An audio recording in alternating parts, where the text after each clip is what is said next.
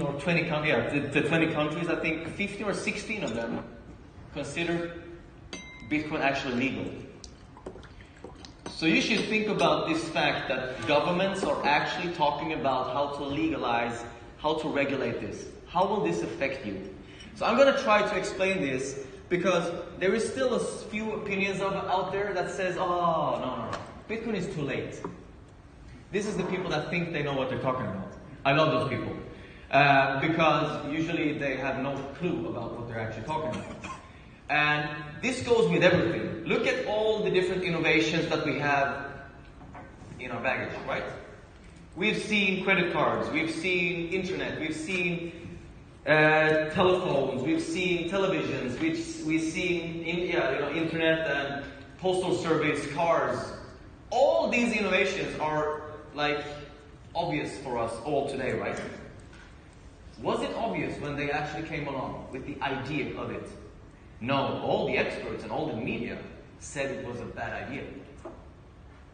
But after a few years, when it actually reached mass adoption, then you and me wish we were part of it. Correct? Yeah. Correct. Because it would actually mean a lot in finance, in financial terms. So you should be very happy because after today, you have no possible way to say you didn't know about Bitcoin and you didn't have the opportunity to enter it. Because after today, you actually do. Because someone invited you here, because we are a part of a community where we help each other, to educate each other, to realize how can we be part of it. And that was the biggest problem for us when we heard about this the first time. We didn't have any idea really how to get involved in a larger scale because we didn't feel comfortable by trusting a third party that somebody had a very negative opinion about. Because we're now going to trust them with our money. And this is an issue, I think, actually not an issue, this is an opportunity for people. Because there is a big need of education, and this is what we're doing here. So regardless what you think after this evening, it's up to you. We are still happy because some of us are a part of the heart of Bitcoin actually.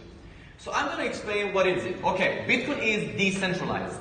Decentralized means it's not centralized. So centralized is when something is controlled by an entity, company, government, and they control literally everything and they can decide what to do with it. And decentralized means you and me are the owners. There is no central point, there is no entity, there is no company deciding what to do with it. And that's actually very exciting, but it scares the hell out of banks.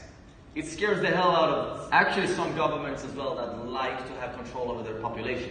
Such as Venezuela, it's a perfect example. They have 2,000% of inflation, did you know, every year.